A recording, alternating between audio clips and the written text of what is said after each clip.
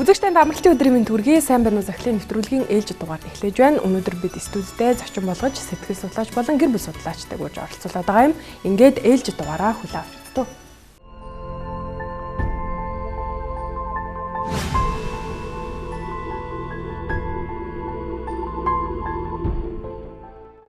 Бидэнтэй хамтгаа үзэгч танд баярлалаа. Сайн байна уу захлын нэвтрүүлгийн ээлж дугаар үргэлжлэн хүрч байна. За үзэгч та бүгдийн бидэнд илгээсэн загтал дээр тулгуурлан бид зан харилцаа сэтгэл зүй мэдээллийг мэдээ зөвлөгөө хүргэдэг байгаа. За энэ удаад бид нэгэн загтлыг сонгон авч өнөөдрийн нэвтрүүлэгтээ бас оруулж байгаа юм. За ингээд ямар загтал сонгогдсныг хамтдаа хүлээж авч үзээд студидтэй иргэн уулзцгаая. Хүндэт үзэгчдийн амрыг ирээ. Загтлаар асуух зүйл байна. Би хүү охин хоёртой. Охин маань 4-тэй. Миний хүү одоо 15 настай. Миний хань талигач болоод 3 жил гарсан болж байна. Хоёр хүүгийн маань ээжийг аваад явсан тэр аимшигтэй өдрийг бид гурав одоо дурсах тун дургүй. Би эрхэн аав хүн уйлах ёсгүй. Шантрахгүй гэсээр хоёр хүүгийнхэн төлөө зүтгэж байна. Яах вэ? Бид гурав болоод л байна. Сайхан амьдарч чадна гэдгээ хандаа амласан. Надад хоёр сайхан хүүхдийг минь төрүүлээд өгсөн хандаа хамгаас илүү баярладагч. Заримдаа ингээд арай эрт хаяад явчихлаа гэж гомдож цөхрөх үе бишгүй олон байдаг. Одоо ахтан жаргал гэвэл энэ хоёр маань л байна. Хоёр хүүгийнхээ л төлөө гэж амьдардаг. Гэхдээ бид гуравт бас асуудал ихэ. Хоёр хүүхэдтэйгээ сайн харьцаж чадахгүй гар мохордоод байх юм. Та бүхэн надад зөвлөөч. Охин маань дэндүү нялх. Харин хүү минь шилжилтийн насан дээрээ яваа болохоор ойлголцохгүй юм их гарах юм аа. Хань минь яаж болгоод байдаг байсан бүү мэд. Ингээд бодохоор эмэгтэйчүүд эхчүүдийн гайхаж бахархах юм. Хүү маань учир ойлгодог том болсон болохоор ээжигээ санаад ганцраад байх шиг байна. Эрэгтэй хүүхэд ээжтэй их ам байдаг болохоор аргач үвэцтэй. Ах нь өөрөө эцэг гүйсэн болохоор хүүтэйгээ бас ойр дотн ярьж чадахгүй байх шиг байна. Их л сайн эцэг болно гэж боддог байснаас чухам яаж гэдгээ мэдэхгүй явжтэй. Сүүлийн үед хүү мөнх сүлд маань дуугаан хураачгаад байгаа байхгүй мэддэхгүй яваад байгаа. Харин хип хоп энтер гэж хичээл сургуулиа таслаад байгааг багш надад хэлсэн л дээ. Үнэ хэлэхгүй болохоор нь би 2-3 удаа гар хүчгсэн юм. Тэрнээс хойш надтай ярих дургүй болсон. Мөнгө хэрэгтэй болохоор л ярьдаг. Шинэ жилийн өмнөхөн нийлдэг нэг найз нь үерхдэг охиноосоо болоод амийн хорлох гэж оролцсон гэсэн. Их ойрынх нь найз тэгсэн болохоор санаа тун их зовоод. Энэ насанд амьдрал сайн мэдэхгүй хүүхдүүд алдаж интгэвийгээд санаа их зовх юм да. Ээж нь байхгүй болохоор би гэж нэг хүн хүүгийнхээ учрыг олохгүй. Элд буруу зүйлдээ хүүгэн алдчих вэ л гэж зовоод байх юм. Тэгээд ярьж хэлэхээр та битгий үглээд бай. Би бүгдийг мэдэж байна. Та ээжийг минь ч бас ингэж загнадаг байсаар байгаад үхүүлсэн гэж хүртэл хэлж байсан. Хүүдээ хаяа гомдноо. Гэхдээ бас жаахан амт шүү дээ гэж бодохоор өөртөө бурууг өгдөг. Энэ насны хүүхдтэй чухам яаж харьцвал зөв бэ? Би арай чангадаад байгаа юм болов. Харин баг маань хаздаг зуршилтай болцоход санаа зовоогоод байх юм. Цэцэрлэгт сурсан юм уу яасан юм бүү мэд. Уураа хүрхээр тоглож байхдаа ч хүүхэд хазаад байх. Надад хоёр ч эцэг ихээс хүүхэд хазчихлаа гэсэн гомдол ирсэн. Өглөө сэрэх гэсэн ахийнхаа гарыг бүр тас хазах төгсөн байл. Энэ хазаад байгаа нь чухам юуных вэ? Яаж болиулах вэ? Хилээд ойлгодог нас нь биш л дээ. Хүүхэд хүмүүжүүлэх гэдэг үнэхээр хэцүү юм. Охиноо харахаар хайр хүрээд дураар нь эрхлүүлмээр санагдана. Заримдаа аймаар уур хүрээд яаж чадахгүйг нь далимдуулаад зодчих. Дараа нь зодсондоо харамсаад барахгүй. Тэгээд л өмнөхөөсөө илүү эрхлүүлчихнэ. Тэрнээс болоод хитрхи эрхлээд байх шиг байна. Хүүхдүүдийнхээ хажууд хийсэн буруу зүйл үртэй харамсна. Дэндүү төвчээр ухаан шаардсан ажилч юм шиг. Ингээд хаяа яахач мэдх юм болчих юм. Хүү маань бас охин маань буруу хүмүүжилтэй замаа алдсан хүн болчих вэ л гэж санаа зовх юм да. Тийм болохоор хүүхдийг яаж хүмүүжүүлбэл зөв бэ? Охтууд хөвгүүдийг арай өөрөөр хүмүүжүүлмээр юм шиг. Тийм ном тохимол байдгүй хариу хүсье.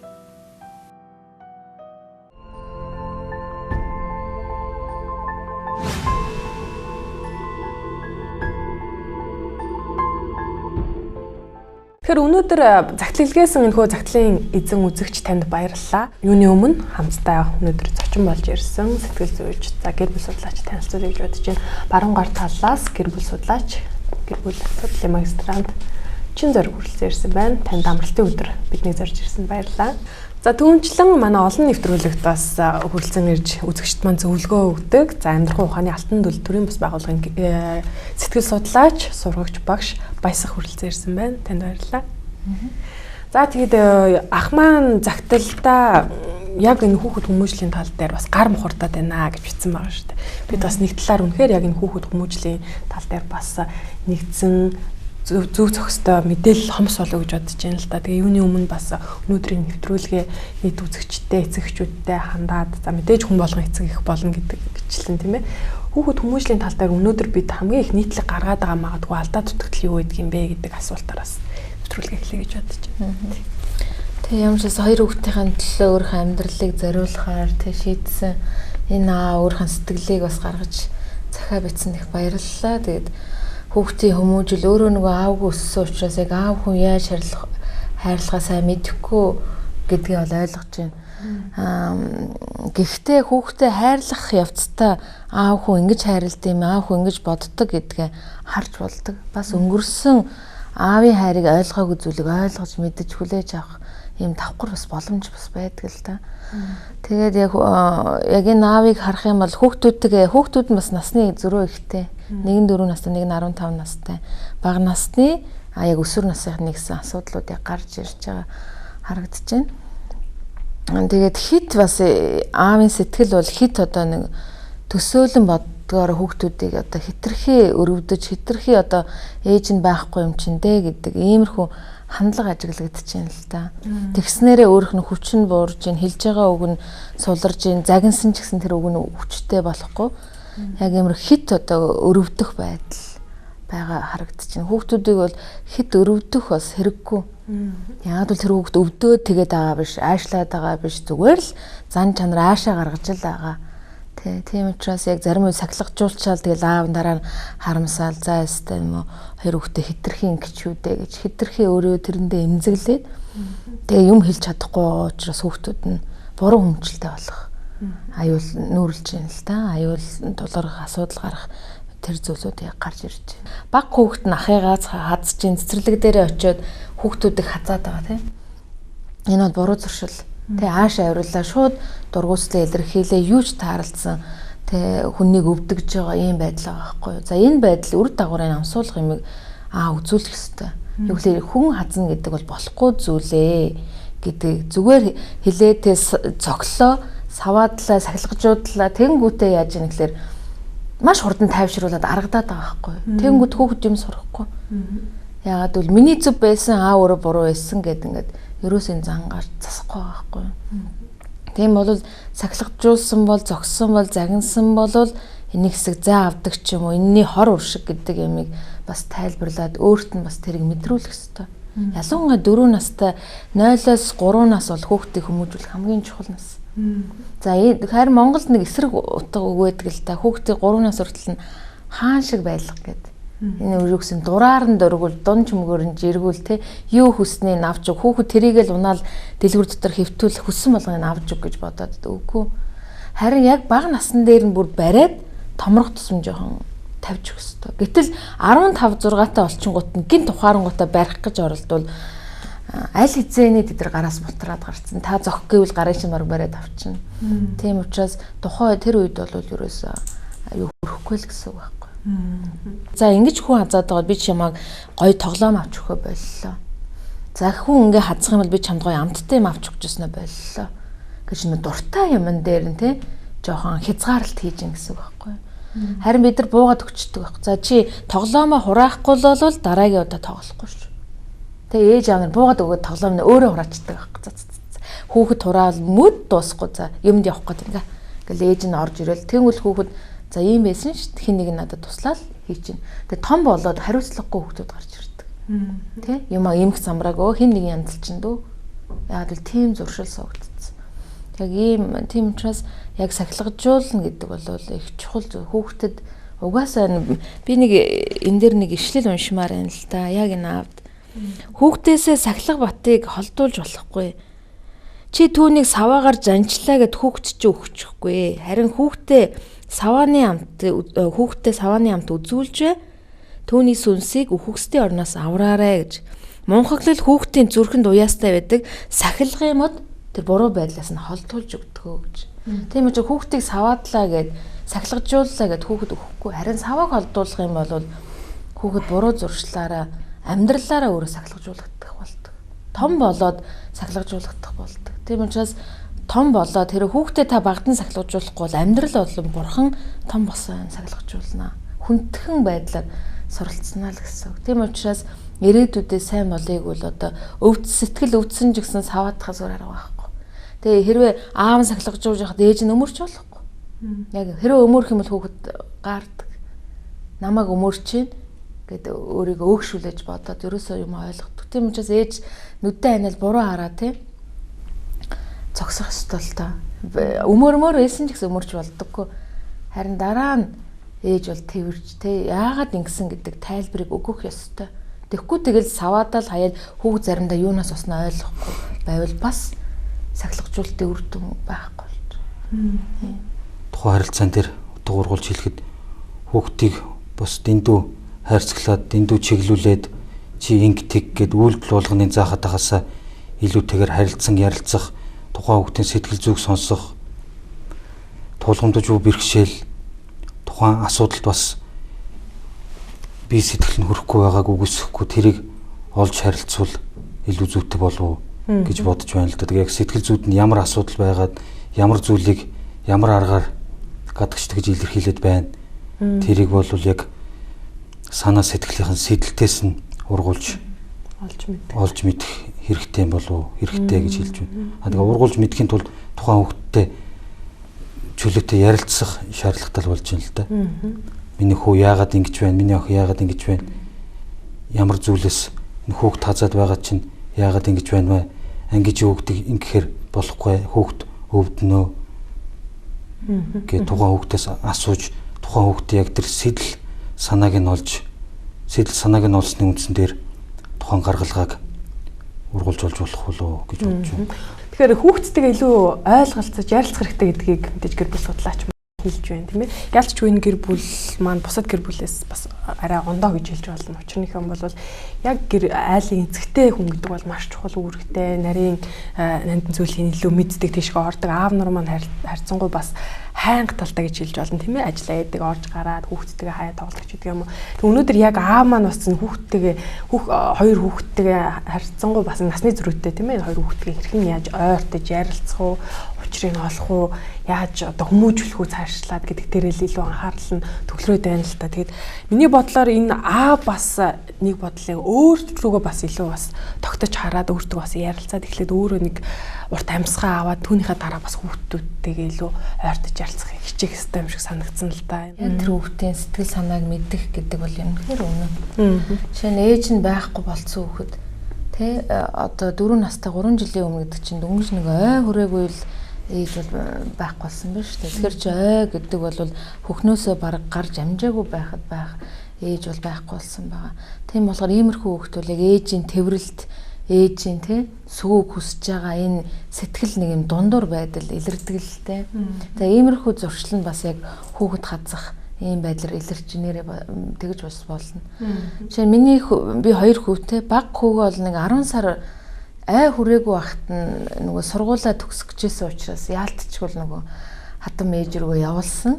Тэгээд нэг сар болгоод буцаж ирэхэд бол буруу хараал ойлаадсэн. Тэгээ надад их хэцүү байсан л да. Тэгээд манай хүүхд яадаг болсон бол ингэ чих барьдаг. Тэгээ би гайхсан яасан сонин зуршилтай юм бэ ингээд. Тэгээ би бодсон л да. За яг нэг сарын турш нэг ээжийг хүсдэг ээж байдгүй, аавч байдгүй, эмээ байдаг. Хичнээн сайн ээж эмээ байсан ч гэсэн ээж аав алин ч орлохгүй шүү дээ. Тийм учраас юм сэтгэл нэг дундуур байдал бий болчихоо даа. Тэгээ нэлийн удаан бараг 4-5 нас хүртэл чих барьсан шүү дээ. Ингээл унтах юм бол ингээл ахтайгаа хамт унтахтаа ахын чихийг барьна. Хинтэй хамт унтан чихийг ингээл имрээлдэг. Тэгээ энэ байдал нь бол ерөөс сэтгэл зүйн ганцхан сар ингэж байгаа юм чинь энэ хүүхэд тэгэж хатсаж байгаа байдал нь ч гэсэн сэтгэл зүйн юутай бас байж болно. Ээжийг тэг өгүүлж байгаа хүүхд чи өөрөө би яг ингэж байна гэж ярьж чадахгүй шүү дээ. Тэрийг уураар илэрхийлэх юм байж болно. Тэгвэл энэ баг охиныг бол их тэрч өгөөсэй. Тэгэл ээж л үргэлж тэрвэрдэг араа аав бол тэр их тийсэн ойлгохгүй шүү дээ. Яг ээж биш учраас тийм болохоор бага насны хүүхдүүд тэрвэрлэлт гэдэг юм их чухал гэдэг. Зүгээр нэг олон юм ярихгүйгээр зүгээр хүүхдээ тэрврээд илэх ч юм уу ийм байдлаар хүүхдэд хайр дүүргэгдэх гэж юм бас байгаа. Тэр байдлаас болоо тэгээд мэдээж бүхэл зүйлийг тий одоо нэрэл бас эмэгтэй хүний ажил бүх зүйлийг л орлож байгаа учраас бас ядарч байгаа, шантарж байгаа. Сэтгэл унах өөрөө сэтгэл зүйн хувьд ч гэсэн хямралтай байх. Тийм учраас яг бухимдах үедээ нэг огцом ааш гаргаал тэгэл ялангуяа том хүүгээ шархлуулах байдал ч гэсэн байж болно. Тийм учраас хэн нэгэн ойр тойрны хүмүүстэй ч гэсэн ярилцах хэрэгтэй. Яг нэг сэтгэлээ онгоочих юм байвал яриараа.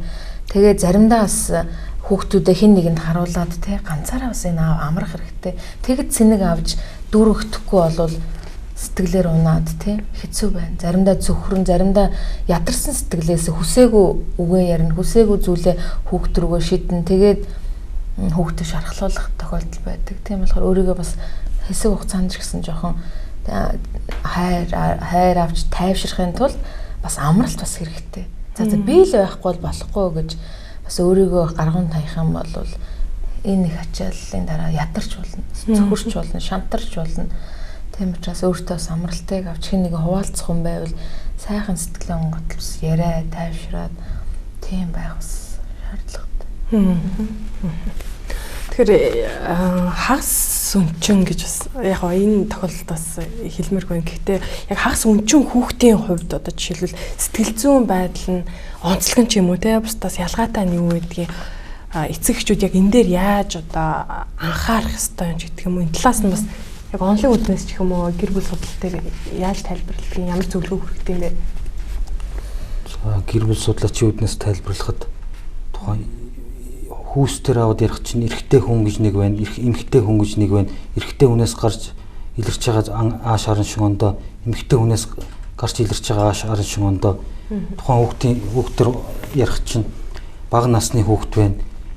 Яг тэр сэтгэл зүрхээрээ мэдэрдэг насан дээрээ ээж нь байхгүй, ээжтэй энэгчээд ээжигээ тэрврээд ээжихээ хөхийг хөхөөд яг нөгөө хайрын хилэмжийг бодит байдлаар биеэр мэдрэг болохоор бас жоохон хэмжүүрийнхаа хүрээнд би сэтгэл нь хагшиж байна уу гэсэн тийм ойлголт байна л да.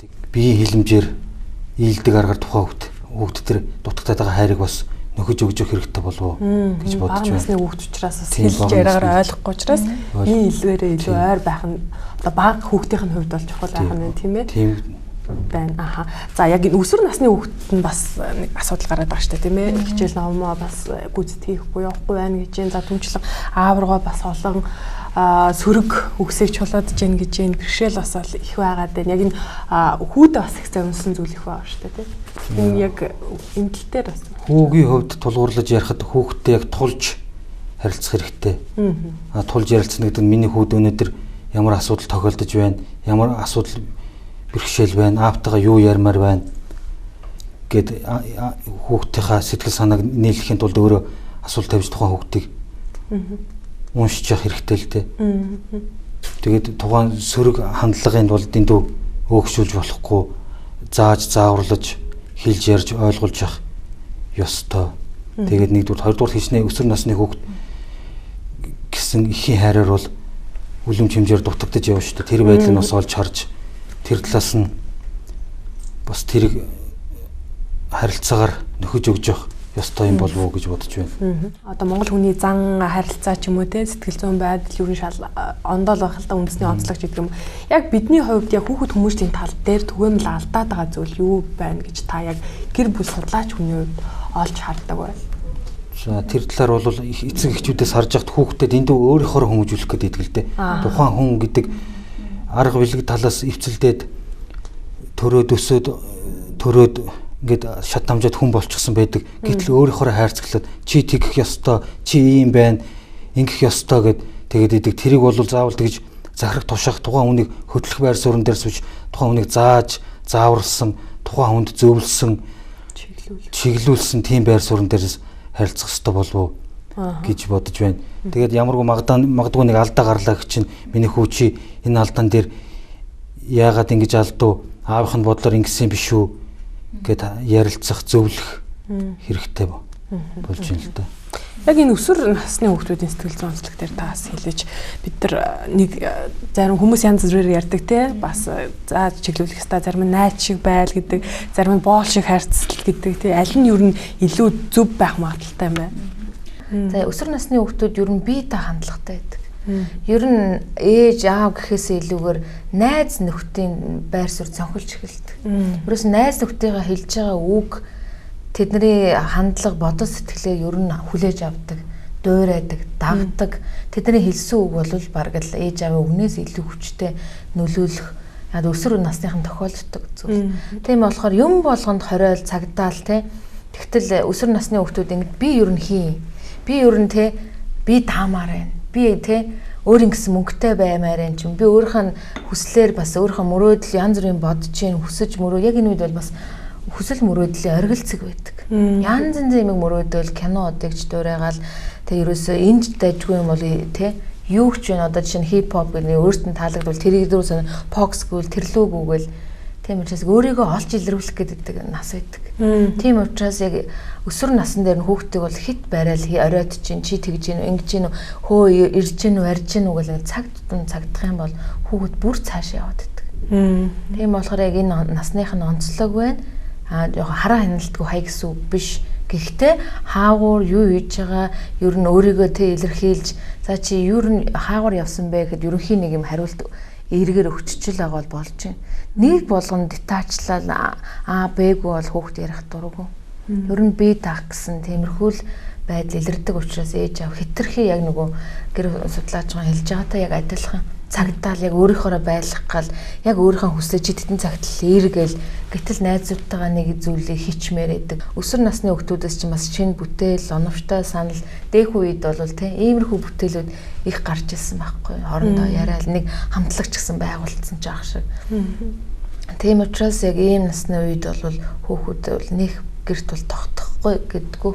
Юун л өөрийнхөө үзэл бодлыг ярих гал тэгэл яг өөрийнхоороо өглөөл яншаал ингэх юм бол хүүхэд ер нь дургуутсад эсэргүүцэх тэрслэх ийм хандлага илэрдэг. Гэхдээ дотроо бас өөрийгөө буруутгацдаг. За би ч та буруу юу ачлаа шүү. Тэгсэн мөртлөөс гүйждэг.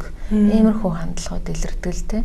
Тийм болохоор одоо энэ өсвөр насны хүүхэд бол ер нь бие даах гэсэн те өөрийгөө олох гэсэн би ер нь хэн бэ гэдэг ийм байдал харагдаж байгаа. Бас энэ ааш аяр дээр нь ч гэсэн бага насандаа аваагүй зүйлийн дутагдал бас илэрж байна л та. Бага насандаа авах ёстой ээжийн хайр, аавын хайр аль нэг нь дүүргдээгүй тохиолдолд иймэрхүү сөрөг хандлагууд бас илэрдэг. Сөрөг хандлагууд. Өнчин хөөхтийн хувьд бол яг өнчин байна, хагас өнчин байна, бүтэн өнчин байна. За хагас өнчин байна гэд өрөвдөх хэрэггүй. Энэ өрөвдүүлэх хүмүүс биш. Иш хөөх юм шүү. Ерөөсөл бааж хийхээ мэдэхгүй, баруун зүнээ мэдэхгүй нялах хүүхдийг л өрөвдөж харна. Тэрнээс 15 6-тай ер нь ийм байхад нь бол хит өрөвдөх хэрэггүй байдаг. Ийм өөрийгөө өрөвдүүлэхээр айгу дорд орцсон юм шиг түүнд бас ичхүүр мэдэгддэг тий. Хүн болгонлоо өөр юм нээж гэл ингэх юм бол тий өөрийгөө айгу тийм доошоо орцсон юм шиг ичхүүрийг бас мэдрэх тохиолдол байдаг. Тийм учраас ангийнхан ч гэсэн багш нар нь ч гэсэн за энэ өгчин өнчин шүүгээл байнга тэр үгийг хэрэглэх хэрэггүй. Тэ хэрэгжилж өөрийн тийм өрөвдөлттэй гэдэг мессеж юм уу бодол сэтгэхгүй хэрэггүй. Хэрвээ өөрийгөө өрөвдөж эхлэх юм бол энэ хүмүүс ер нь өөрийгөө өрөвдөх байдал хүлэгддэг. Тэгээ тийм учраас би өнчин юм чинь та нар хандах ёстой, туслах ёстой гэдэг сөрөг хандлага илэрч эхэлнэ. Тийм учраас хэд өрөвдөх байдлыг бол өнчин ийм зарим амьдрал дээр ч гэсэн заримдаа өнчин өрөөсөн ээж аавгүй өсөв сэтгэлийн хаттай байдаг. Илүү аав ээж дээрх таних өссөн өмнөг бодох юм бол аливаа зүйлийг даван туулах сэтгэлийн хат гэдэг юм их хүчтэй байдаг. Тийм учраас хэцүүлтэй ямар дутагдах. Гэхдээ амьдралын ноён нуруу гэдэг юм маш хүчтэй, сайн сувдагч онцгой тэр боломж байхгүй. Өөрийг нь хурцлж өгөх амьдралд те илүү хүнд нухчаач гэсэн давах төсвөртэй байх тэр байдал сэтгэлийн тэнхээгээр амьдралаараа ч гэсэн өөрөө бие даах чадвар илүү хөгждгөөрөө илүү бас яг ээж автай өссөн хүүхдүүдээс илүү давуу байдаг. Давуу тийм онцгой хүлээж авсан чадвар бас байдаг л та. Тийм учраас би яг юм өнчин хүүхдүүд гүл хэд өрөвдөх хандлагыг би бол байлгадаг. хэрэггүй. Өрөвдөхөөс илүүгээр харин ч урам өгч те тэр болохгүй байгаа дээр нь зөвлөгөө өгч урамшуулах л илүү дээр гэдэг. Энэ аавыг ч гэсэн бити хит хүүхдүүдээс дээж нь байхгүй хөөх юм гэж бас хит битэдэг гэж те бодоорой. Тэгэх юм бол яг тэр энэ нялцгай байдал хүү дургүй байна. Тэ нялцгай тийм өрөвдүүлсэн ингэсэн тиймэрхүү байдал нь хүүд бас таалагдахгүй болно. Тэ тийм учраас тэрийг илэрхийлэхгүй тэ уураараа ч юм уу тэгэд өглөөл ингэж байгаа нь тэ өөртөө таалагдахгүй. Тэгээд тийм учраас ама хатуу өгөөч гэсэн гаргаад хэлчихэж байгаа байхгүй. Аав.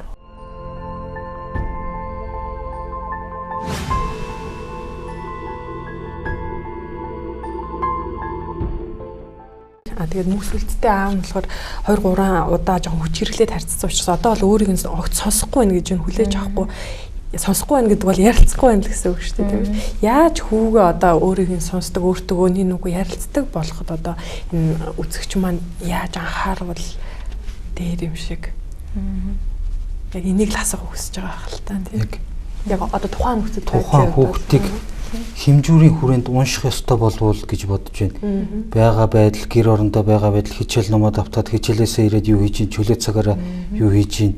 Ер нь хаанаас ямар замаар ямар үйлдэлийг эрэлхийлээд байна гэдгийг уншиж, жоохон ганцаардаад ингэж байвал аав хүү өнөөдөр яасан бэ? Хоёулаа ингэж цагаан сэтгэлээсээ ярилцмаар байна. Одоо чи нас биенд очиж яваа ир хүн аавтайгаа ингэж бэрхшээлтэй асуудал тулгарч ивэл илэн далангүй хэлээд ярилцаж байгаараа гэд хүүхдтэй хэлээд зааварлаа. Тэгээд чамаа ингэж харж явахт бас ийм бэрхшээл тохиолдоод байна уу да гэд аав нь бас бодож байна гэд тэр бодсноо хүүхдтэй хэлээд эргээд нөгөө хүүхдээс үзэл бодлын чөлөөтөө сонсох хэрэгтэй л дээ.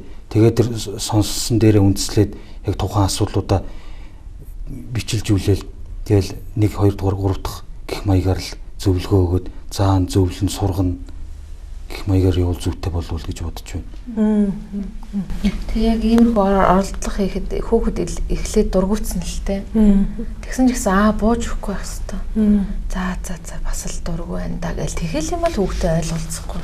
Ойлголцсон тийм байсан ч цааргалсан байсан ч гэсэн би хүүхдийн зүрх рүү нэвтэрч орно гэдэг зүйлийг хийж нэрэ яагаад хамт тусдан дүүгийн тэ хэн нэгэнд орхиод ч юм уу тэ таньдаг хүмүүстэй орхиод ах эгч дүүнөр байдаг бол орхиод тэгээд яг том хүүтэйгээд хувьчилж хоол иддэг ч юм уу эсвэл бол агаарт гардаг ч юм уу эсвэл төрсөн өдрөөр ингээ онцгой үг хэлэхгүй захиа өгдөг ч юм уу тэ ямар нэг тийм жижигхэн өөрийнхөө зүрхийг илэрхийлж ойлгох гэсэн хандлага бас үзүүлэх гэсэн зүйл бас харуулж болно л та.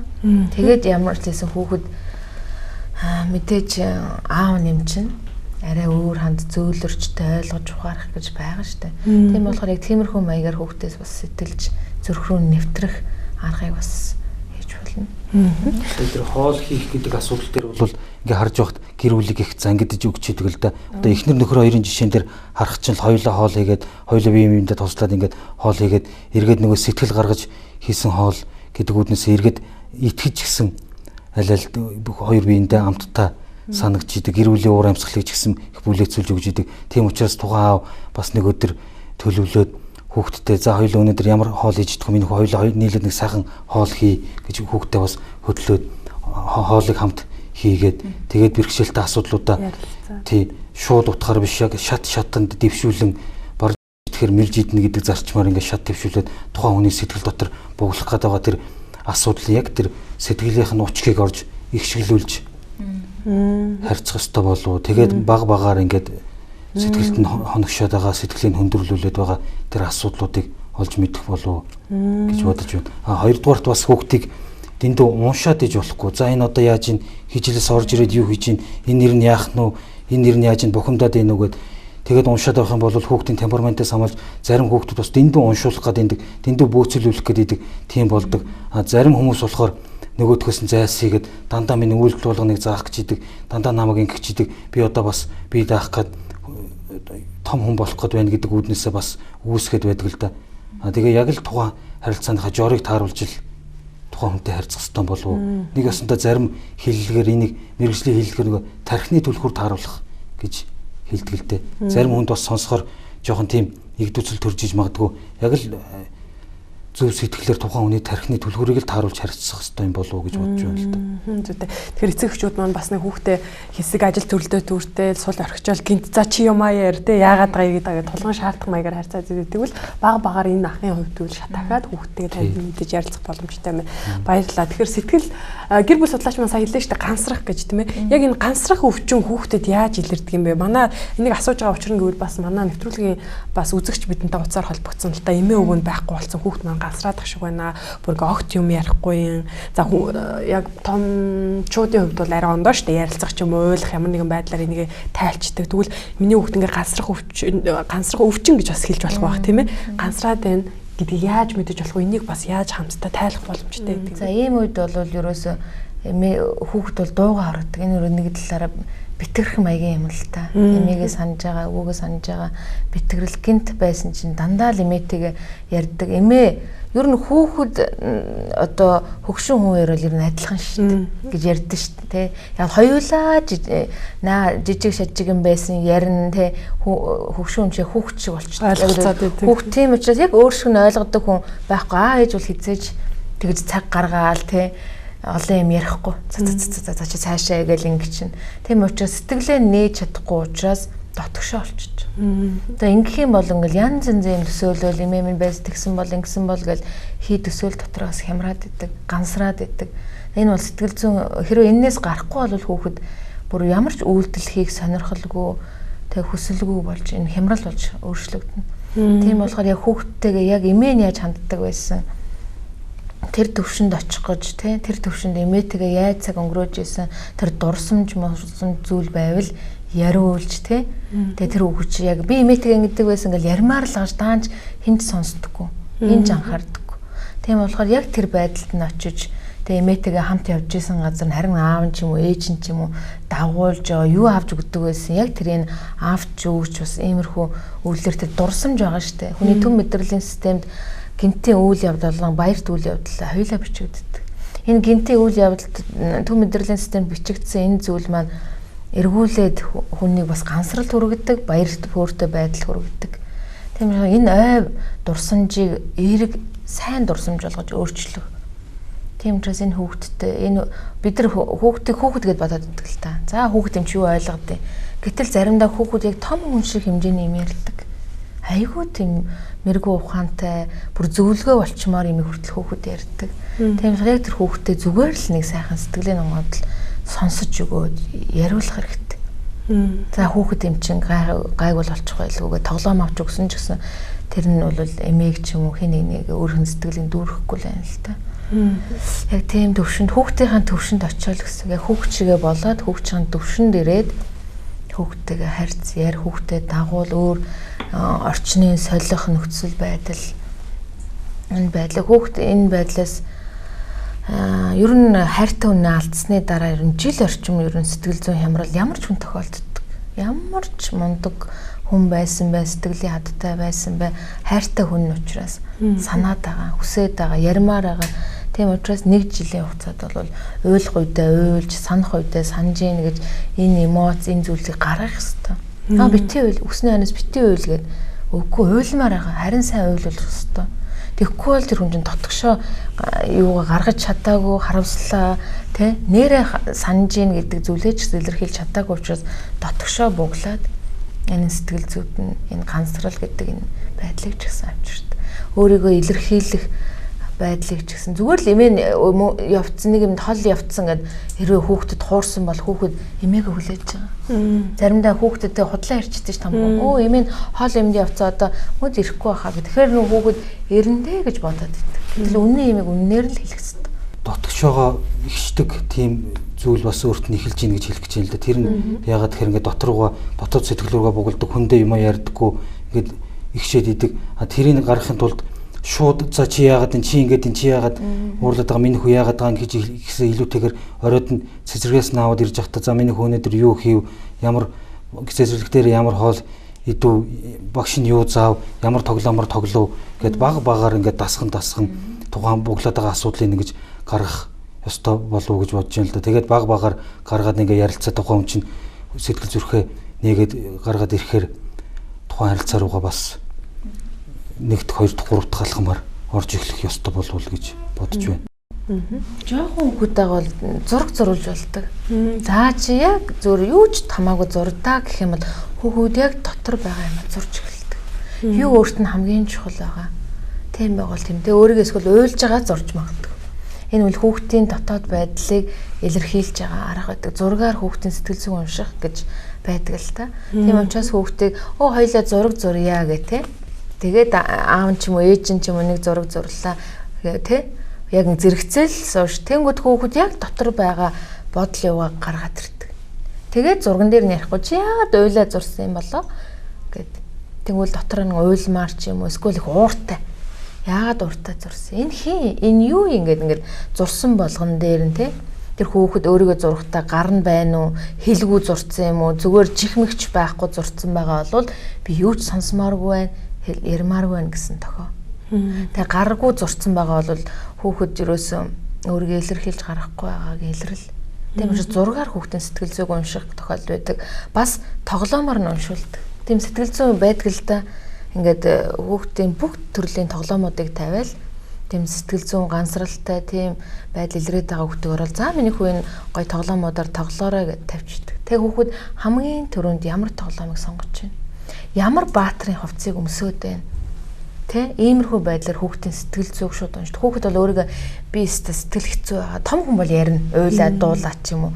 Өөрийгөө би ингэж ах ингэ яра. Хүүхэд ярьж чаддаггүй учраас тоглож байгаа тоглоом тэ яг иймэрхүү байдлаа бас зурж байгаа зурагнаас нь хүүхдийн сэтгэл зүйн хандлагыг уншиж бас болдог. Магадгүй яг ийм сэтгэл зүйн хувьд хүнд байгаа гэр бүлд нь асуудал гарсан хүүхдүүдтэй эцэг эхчүүд харьцаас гадна багш нар нь өшөө илүү бас ойр өдрийг жишээл цэцэрлэгт явдаг хүүхдийн хувьд бол багштайгаа илүү цаг өнгөрөөж байгаа учраас энэ дээр илүү ойр байх хэрэгтэй хаалта. Тэгвэл эцэг эхчүүд ийм тохиолдолд яг тэр сургууль хүмүүжигчтэй багштай ямар харилцаатай байж хамтын хүчээр бас тэ тухайн хүүхдийг бас эрүүл харилцаатай, эрүүл зан төлөвтэй болгож төлөвшүүлэх боломжтой юм бэ. Нэг бас илүү нийгмийн талаас нь ярьж өгөх хэрэгтэй. Өнөөдөр яг ийм зүйл дутагдаад байгаа болов гэдэг үгнээс энийг ярих гэдэг. Тийм болохоор багш хоёр нийлээл яг энэ хүүхдийн төлөө тий яг арга хэмжээ авах ёстой. Тийм учраас дан ганц одоо аав дангаараа юм багш дур мэдэж хүний хүүхдэд тий хамаагүй бас хандах юм уу энэ байдал болохгүй учраас эмээгээд хэрэг өөрийн хүүхдээ бол нэг арга хэмжээ авах л та. Тийм учраас одоо багшаа яах вэ гэж ярилцаад ямар ч хэсэн хаздаг байдал нь болохгүй гэдэг юм их тийм. Яг үр дагавар гэдэг юмыг амсуулах хэрэгтэй гэж.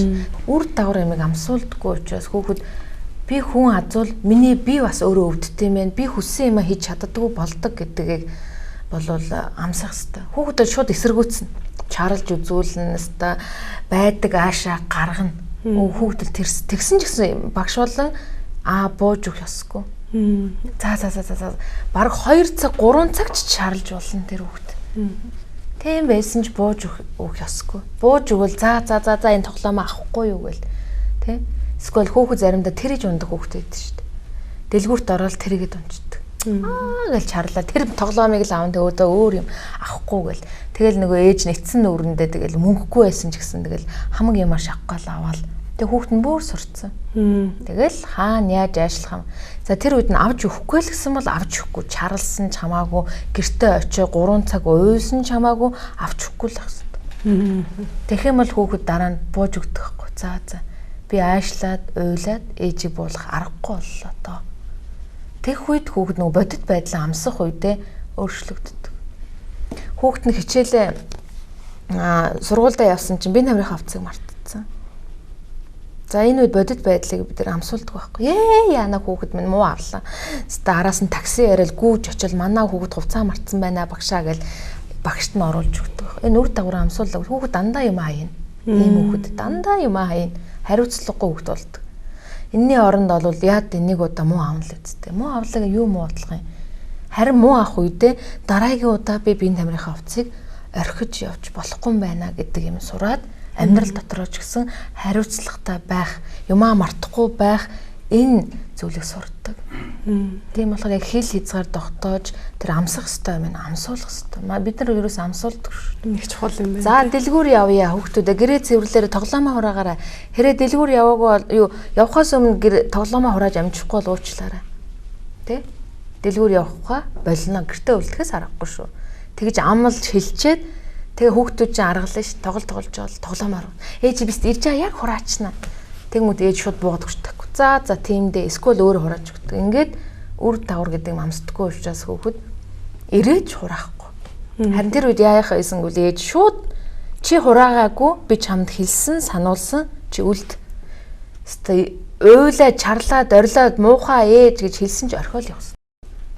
Тэгээ орхиод явах үед хүүхэд дараагийн удаа ээжийн хэлсэн үгийг яас биелүүлнэ.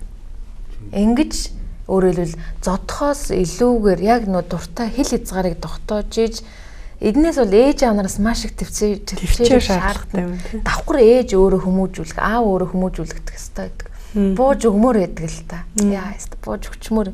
Гэхдээ би чи хүүхдээ нэг юм сургаж байгаа илүү. Энэ чи өстой амьдрал маш том чухал зүйл байхгүй. Хариуцлагатай байна. Аливаа зүйл буруу юм хийвэл үр дагавар гэдэг юм заавал байх ёстой гэдэг багаас нь амсуулж байгаа юм бол хүүхэд бол маш хариуцлагатай. Монгол бол хариуцлагагүй хүмүүс зөндөө байна. Өрөөсөө ийм сул талтай.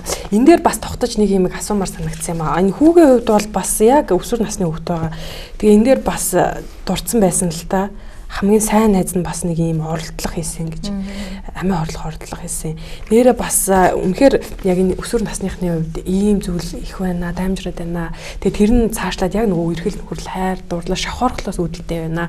Энэ тал дээр зөвлөж гэсэн одоо комментууд айгу олон ирсэн л дээ. Тийм учраас яг энэ өсвөр насныхан одоо жишээлбэл яагаад заавал ийм одоо аргыг сонгоод байна ч юм уу те. Нэг бодлын бас нөгөө бусдын анхаарлыг өөр дээрээ татах гэсэн эсвэл одоо үзэж харж байгаа зүйлээс нь бас улбаатай ийм зүйл болоод тах шиг байна л да. Тэгэхээр энэ яг өсвөр насныхны сэтгэл зүйн хувьд бас тогтож яриач бас цаашлаад энэ амиа орлого хийж байгаа хүүхдийн тоо их вэ гэдэг зүйлийг бас батлаж яриад байна. Нэг талаас харахад хүүхд яг тэр шилжилтийн насны хүүхд гэдэг бол нөгөө хүүхд насаа орхиод эдэр нас руу орох гээд байдаг. Тэгээ яг тэр завсар үедээ явж байгаа болохоор нэг талаар хүүхд насных нь зан ааш илрээл нөгөө талаар нөгөө эдэр насны зан ааш суух гээд энэ үүднээсээ бас дунд нь тогтворгүй байдал үүсгэлтэй. Тэрийг тэгээд бас уншаад байх биш, буруутгаад байх биш. Яг зааж зөвлөсөн эсвэл чиглүүлсэн тийм байр суурин дээрээс харилцаж өгөл илүү зүйтэй. Тухайн хүнд яг суудаг л та. Тэгээд түнс эсвэл энд уншаад байх, эсвэл энд тушаагаад байх. Тэгэх юм бол тухайн хүнийг нөгөө хатууруулууд байдаг. Нэг бол бөмбөг шиг болгочдөг. Нэг зүйл хийх гэхээр хин нөгөө тушаагаад исэн хэлж ярих гэдсэн хүнээсээ заавар зөвлөмж хүлээгээд ингэ байждаг. Тэгээд тэр нь болохоор шат шатанда хүмүүжил болж төлөвшөд нөгөө бие даах хүмүүжил гэдэгт нь сөргөөр нөлөөлдөг талтай л дээ. Магадгүй зүгээр энэ бидний үзэж харж байгаа кинонд жишээлбэл бүтлгүүд оролттой учирсан амиа орлох үйлдэл гэдгээ ч гэдэг юм ийм мэдээллийг хүүхдүүд өгöd байгаа юм болов яг та ямар зүйлийг үзэж харж байгаа зүйл угаасаа айгүй үлгэр энэ 15 өсвөр насны 15 16 17 нас гэдэг маань өсвөр үеийнхний нас хэн нэг даган дуурайх бол үнэхээр хүсэлтэй байдаг. Тийм учраас нэг кино жүжигчин байвал яг дагаж дуурайж хувц өмснө стилээ яг дуу гэвэл яг дуугийн дуурайгаал яг ийм ямар нэг хүмүүнийг даган дуурайх одоо яг өөрийгөө би хэн болох вэ ямар болох вэ гэдгээл олохгүй л яваад байгаа байхгүй юу. Тийм учраас яг ийм үед үзэж харж байгаа зүйл маш их нөлөөтэй. Маш их нөл яг тэр кинон дээр гарсан шиг ааш авирыг гаргадаг. Тийм болохоор яг юу үзэхгүй вэ гэдэг бас их чухал л та. Гэхдээ энэ үед бол хорих бол аюу хэцүү. Гэхдээ хяналттай л байх хэрэгтэй. Интернетээр ороод янз янзын хамаагүй болоогүй зүйл үзэх юм бол тэр чинь ерөөсөө Hercules-ийн тархийг л ажилуулж байгаа учраас автоматар яг тийм үйлсийг гаргаж байгаа. За яг өсвөр насныхан дээр тулгардаг бол үерхэл нөхрөл гэдэг бол том асуудал. Бараг л хамгийн чухал. Маш чухал. Өөр юу ч бодохгүй. Тэр үерхэл нөхрөл тэр найз банд найз охин ангийнхны харилцаа тэр ерөөсөл өөр юу ч бодохгүй тэд нар яг нас нь л тийм. Тийм учраас би бас нэг 16 17 настай охинтой уулзж ирсэн л та яг өсвөр насныхны үеийн юм дээр зөвлөгөө өгч ирсэн. Тэгээд тэд нар бол үерхэл нөхөрлөл тэр сайн тэрнтэй болсон иймэрхүү зүйлэл байдаг. Харин зүгээр яг тэрнийх нь үеинд очиод тэр хүүхдийг сонсох хэрэгтэй байдаг. Нэг том зааварлахаасаа илүү тий.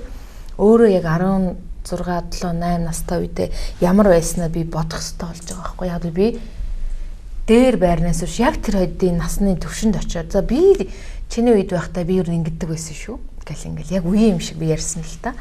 Өрөөсө тэр хүүхд эхлээс шууд ээж нь уулз гэдэг хэлцсэн учраас уулзж байгаа. Ингээл ээж одоо намайг ямар юм дээр авчирсан болцсон гэдэг л хандлага байсан л та. Тийм учраас би тэрийг сэтлэхийн тулд шууд өөрийнхөө түүх, өөрийнхөө тохиолдсон өсвөр наснда яаж ийсэн тэр болгоно яриалан гэсэн чинь өөрт нь яг тохиолдож байгаа зүйл учраас айгу тий шууд ингээл нүд нь өөр болол ярианд оролцоол тэгэл яг өөрийгөө яриад би ингэсэн тэгсэн юм байгаа тийм байгаа яах вэ гэл. Тэгэнгүүт яг ингээл яг үеийн юм шиг л ярилцсан. Нэг заавар өхөөсөө илүү ер нь ингүүл дээрээд шүү. Ингүүл ер нь юм байдیں۔ Тэ гэдэг иймэрхүү зөвлөгөөнүүдийг өгөхөд тэгээд тэр хүүхдээ бол үнэхээр бараг найч шиг тэгэл орж ирээ сайн уу гэлээ юу ярьж байгаа яагаад би тэр ингэж мэдлж байгаа шууд долгионоор мэдчихэж байгаа байхгүй юу. Яг тэр төвшөнд нь очих хэрэгтэй гэдэг. Тэгээ үерхэл нөрөлөл бай бүтлгүүтх энэ үед бол хүүхд маш их сэтгэлээр ундаг байхгүй. Энэ 16 нас өсвөр насны үерхэл нөхрөл бол ирээдүйд хэн болох вэ гэдэг шийдэж болдог. За юм үед үн цэн гэдэг юм их өгөх хэрэгтэй байдаг. Миний хүүчин мундаг шүү, миний хүүчин царайлаг шүү. Тэгээд үеийнхнийх нь хэрэгцээтэй хувцас сунарыг ч гэсэн ер нь болж үл авч өгөх ёстой.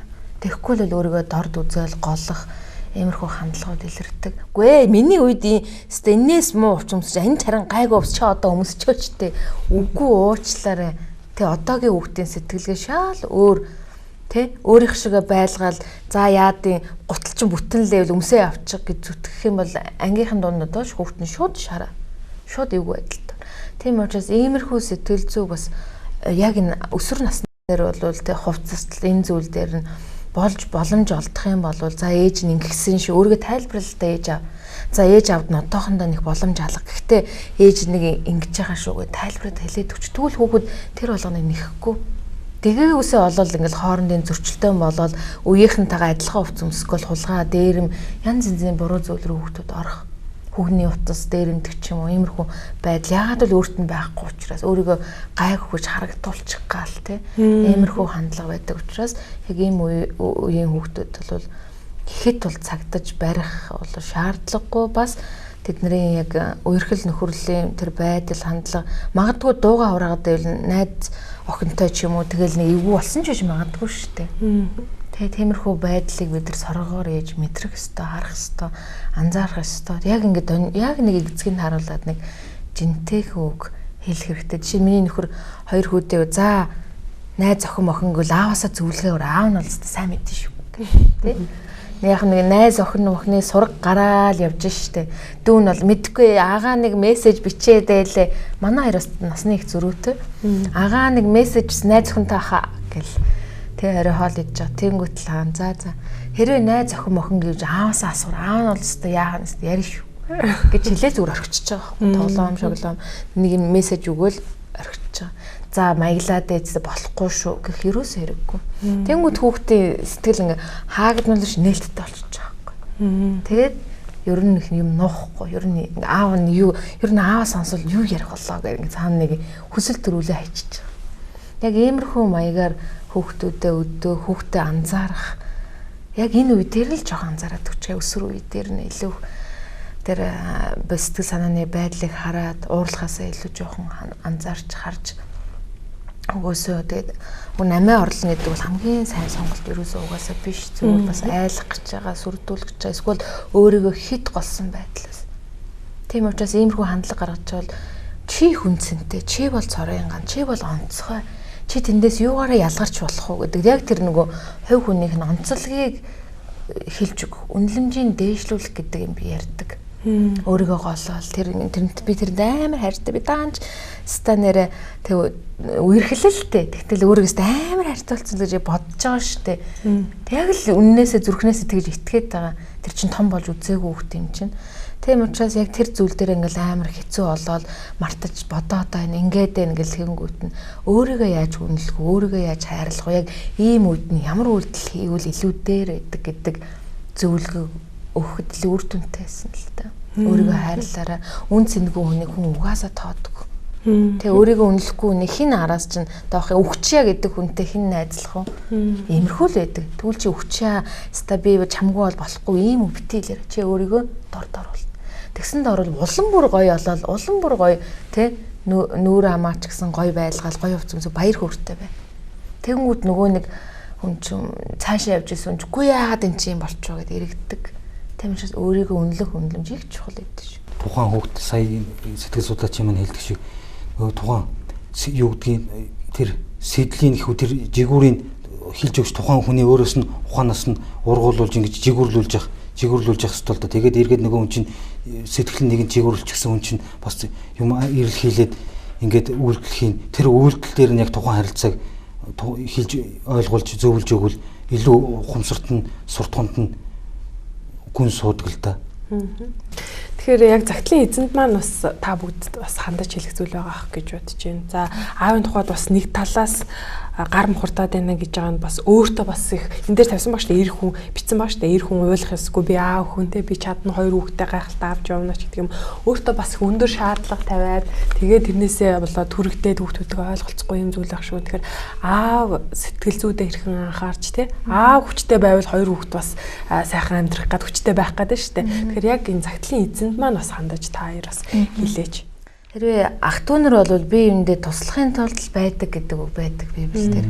Тэгээ ах дүү нар яагаад ах дүү эгч дүү нар гэж байдгийг гэхээр зовлонтой үед би эндээ тус тийм болохын төлөө байдгаа гэж. Тийм болохоор яг энэ үед нь тэ хаяа тусалж өгөөд ээж байхгүй учраас гэрт нэг удаа ирээ гэрийн цэвэрлж өгдөг ч юм уу. Хүүхдүүдтэй тэ хаяа хамт яваад юм үздэг ч юм уу. Яг нэг ээж хүн яаж хайрладаг гэдэг нэг юмыг бас нэг үзүүлэх ёстой. Заавал яг төрсөн ээж нь биш ч гэсэн одоо хамаатны эгч ч юм уу ирээд тий хүүхдүүдэд хууц нарын яаж янзал зэгцлэх талаар нь хэлж өгдөг ч юм уу. Яг тийм нэг эмэгтэй нэг хүн орж ирээд тий гэр бүл бас нөлөө үзүүлэх ёстой байдаг. Тийм болохоор хэрвээ энэ аавын одоо эгч ч юм уу дүү ч юм уу байдаг болвол хаяа ирээд тэ нэг яг иймэрхүү нөлөөллийг үзүүлэх хэрэгтэй байдаг. Эмэгтэй хүүхэд нь одоо 4 настай дуудахгүй 5 6 7 8 гэдэг явна штэ. Тийм үед яг эмэгтэй хүн яг ээж хүн зөвлөх үе ирдэг. Тийм үед нь яг тусалцах тийм хүн байвал зориудаар охиноо те за миний охинтой нэг кино үзээч гэж зориуд нэг гуйл та. Тэ хүсэж болно штэ. Тэгвэл гэрийнхэн ойлгож эргэн тойрны хүмүүс тэгьяа би нэг цаг гаргаа нэг удаа кино үз. Тэгээд яг ингээд яг маружин ч юм уу нэг юм авч өгөөд яг тиймэрхүү зүйлийг бас амсах. Энэ зүйлээрээ бас нөхөж ээжийн хайрын тэр зүйлийг жоохон ч гэсэн мэдрэх боломж гэж байдаг. Аавыг бас урамшуулмаар байна. Та бол сайн аав, сайхан эцэг, сайхан хүн, зөв хүн гэж хэлмээр байна л да. Яагаад тэгэхээр өнөөдөр амьдралын асуудлаасаа болоод эргээд нөгөө амьдрал дээр харах чинь эхнэр нөхөр хоёрыг зүгээр үгээр дүүцүүлж нэг хорол занд нь тооныг хазаалахгүйгээр түшсэн хос хоёр багна гэж хэлж идэг. Эргээд хос хоёр багных нь нэг байхгүй ч гэсэн тэрийг байгаа юм шигээр байлгах гээд эсвэл байхгүй орон зайг нөхөх гээд үйлдэл ирэл хийлээд хүүхдүүдэд тийм зүйлийг бий болгох гээд ингээд зөв санаа сэтлэр ийм тийм загтал илгээж байгааг бас олзуурах тухайн аавыг бол та сайн аав, та чаднаа, сайн сайхан өөр хүүхдүүд чинь ч гэсэн сайн сайхнаар өсч хүмүүжиж хүмүүжих болно гэдгийг бас хэлмээр байна л да. Баярлалаа. Тэгэхээр үнэхээр энэ ахта бас хэлмээр байна. Манай нэвтрүүлэгт бас хувьчлан хандаж яг хувьдаа зөвлөгөө авах боломжтой. Мэдээж сэтгэл зүйн ямар нэгэн орон зай хайраар тутсан байгаа. За түнчлэн хоёр хүүхдийг өсгөж хүмүүжүүлнэ гэдэг бол эрэгтэй хүний хувьд бол маш хүнд. Тэгэхээр энэхүү ажилдаа хүртээд өөрөө зан харилцаандаа сэтгэл зүйдээ бас асуудалтай ингээд явж иж болох юм. Тэгээд цаашлаад хоёр хүүхдээ хүмүүжүүлнэ гэхээр хол хүнд санагдаад бас заримдаа тийм ээ ууралдаг омгшдаг тэгээд хүүхдүүдэд хатуурхдаг түүндээ бас сэтгэлэн зовндаг ийм зүйл байж болох юм. Тэгэхээр та бас манай хоёр зөвлөгчд хандаад хувьчилж зөвлөгөө авах боломжтой бид тантай хамт бас гарцыг хэрэглэх юм боломж байгаа гэдэг бас дахин хэлмээр байна. Тэгээ тухайн аав дээр бас хэлэхэд нөхцөл байдлаа сайн ухамсарлаараа нөхцөл байдал дээр тохироороо гэж хэлмээр байна. Яагаад тэгэхээр аав чинь хүүхдүүдийн нөхцөл байдал юу байгаа вэ? Аав чинь ганцаараа байгаа. Би сэтгэл дээр нь ирж байгаа дарамт юу байгаа вэ? Эргээд тэрийг яаж гаргах вэ? Тэм үүднээс бас сүнслэг ертөнцид хөл тавиад сүнслэг ертөнц эзэнтэй холбогдвол бас эргээд залбирах, гуйх тийм зүйлийг эрэлхийлэхийг бас үгүйсэхгүй шүү. Тэр талаар бас бодж үзээрэй гэж хэлмээр байна. Тэгээ би бас энэ аавд бас аав хүн гэдэг бол ерөөсөө л хүний бүрэн бүтэн байдлыг барьж байдаг. Өөрөөр хүнийг дүүргэж байдаг. Ийм агуу хүн байдаг. Тийм учраас та байгаад та хоёр хүүхд та хоёр хүүхдээ өмг төвшиг байгаад тулгуур байгаад заав зөвлөд байж байгаа гэдэг бол та зүгээр байгаагаараа л нөлөөлдөг. Тэгэхээр би таныг урамшуулмаар байна. Та хийгээл оролдоод чадахгүй байсан битгий сэтгэлээр нь та зүгээр байхтал таны оршихуй, ноён нуруу, гэр дүүргэж байгаа байдал, өмгөөлж байгаа, хамгаалж байгаа, загинж байгаа энэ бүгд энэ хоёр хүүхэд бүрэн бүтэн байхад ч гэсэн маш том нөлөөллийн нэг бол аавын зүрх сэтгэл байдаг.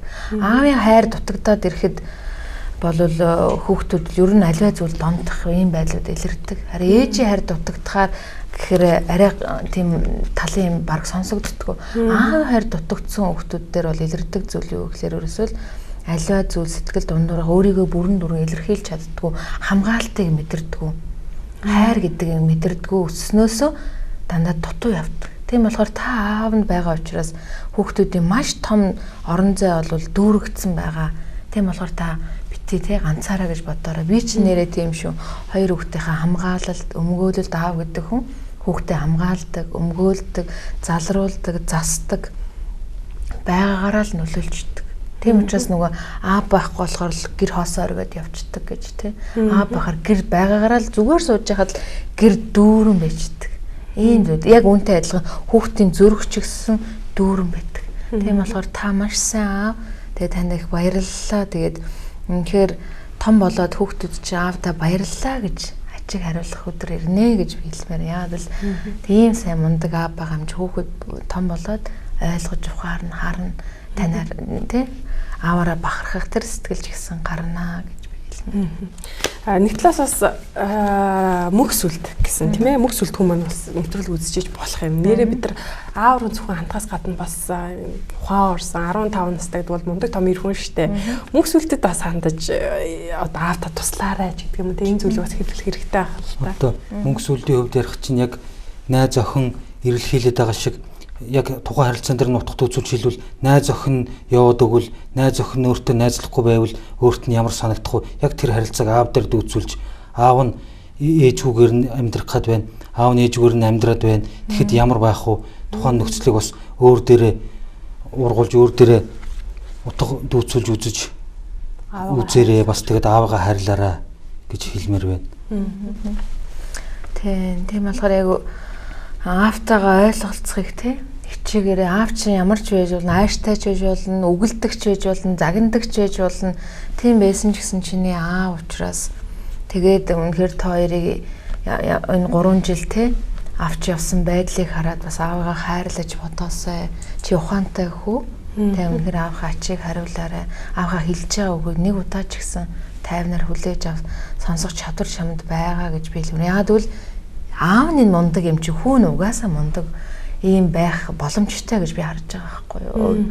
Ураг удам аавыгаа дуурайдаг байдлыг харах юм бол аав нь ийм сайхан сэтгэлтэй, сэтгэлийн тэнхээтэй, зөв бодолтой, өөр хүүхдэд хайрладаг ийм сэтгэлтэй юм чинь чи ч гэсэн түүний үр удам учраас тийм байхаа гэж би бодож байна. Тэгэхээр сайн байна уу загтлын нэвтрүүлэг танд хүрлээ. Өнөөдрийн амралтын өдөр тантай бас хамт байлаа. Биднийг бас таалж үзсэн, бидэнтэй хамт байсан, магадгүй зарим тохиолдолд бас шүүмжилж байсан, магадгүй дэмжиж байсан үзэгч танд баярлалаа. Тэгээд сайн байна уу загтлын нэвтрүүлэг цаашид бас таны зовлонгой нэг баяр жаргалын үед хамт байж тантай бас гэрэлт ирээдүйд алхах болно гэж бас хэлмээр байна. Үзэгч танд ч гэсэн бидэнд хандан загтал бичих боломж байгаа гэдгийг хэлье. Ингээд дараагийн дугаараараа бас иргэн уулзцгаая. Түр баяртай үзэгчтэй. За